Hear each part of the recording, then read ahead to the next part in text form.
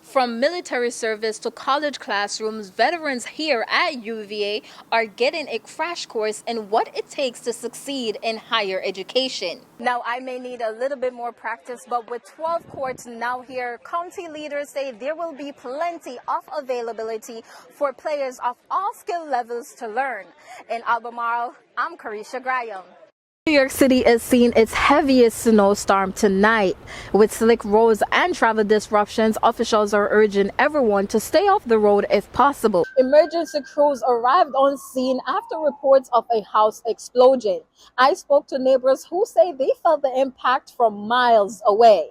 Chants, flags, and call for change. That's the energy right here in downtown Chicago, with protesters taking part in the No Kings protest. Federal agents and SWAT teams were seen outside multiple locations in Port Smith this morning. Lexi and Cassidy, police say that 5th grade teacher Nicholas Clark, who works at Woodbrook Elementary, is facing 1 count of possessing child pornography. Think you have got what it takes to wear the gear and run towards danger? Well, at Station 12, this practice test lets you prove it 1 challenge at a time. When people think of Jalen Brunson, they think of the NBA champion. But for some in Charlottesville, they just remember a student. Right here in Charlottesville, survivors of brain injury trauma are turning pain into progress through music. Emergency crews arrived on scene after reports of a house explosion. I spoke to neighbors who say they felt the impact from miles away. This is not good. I've never seen anything like this in my life. Just moments before the blast, the neighborhood was quiet. Then, without warning, within seconds, families were outside trying to figure out what had just happened. Oh my God. Some thought something had fallen from the sky, others checked their homes, unsure if they had been hit. I went running outside and looking for trees or a plane that hit our house, and then looked over here and saw a plume of dust, smoke, and debris all flying through the air at incredible speed. Residents say the shockwave didn't stop at one property. It spread across the community.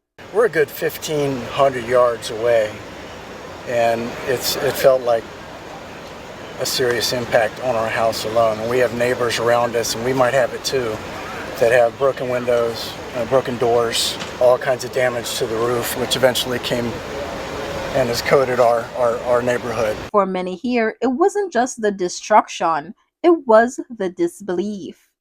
It was just crazy. We did not expect something like this to happen. Officials say the investigation is still active and they will release more information as it becomes available. In Glenmore, I'm Karesha Graham. This is CBS 19 News. Hurricane season may be over, but Hurricane Melissa has left a lasting damage on Jamaica. Just days before Christmas, families are still recovering. Here at Dennis Shipping, shipment to Jamaica has surged. It was probably 2 weeks after the storm when the Jamaican government advertised that they were going to be waiving the duties in Jamaica. Everybody just wanted to ship. The announcement compressed weeks of shipping into a short window. Families rushed to send supplies before the deadline, pushing volume far beyond normal levels for this time of year. Normally, we would move probably about 8 containers per week, 8 to 12 containers a week. Right now, we're seeing anywhere from 16 to 30 containers a week. Once shipments reach Jamaica, the pressure shifts from sending to processing. Jamaica is overwhelmed with the cargo there. The ports, they are backed up severely. The backlog has also created confusion about what relief measures actually cover. Even though the government said that stuff is being waived, the duty's been waived, it doesn't mean that you're getting everything for free.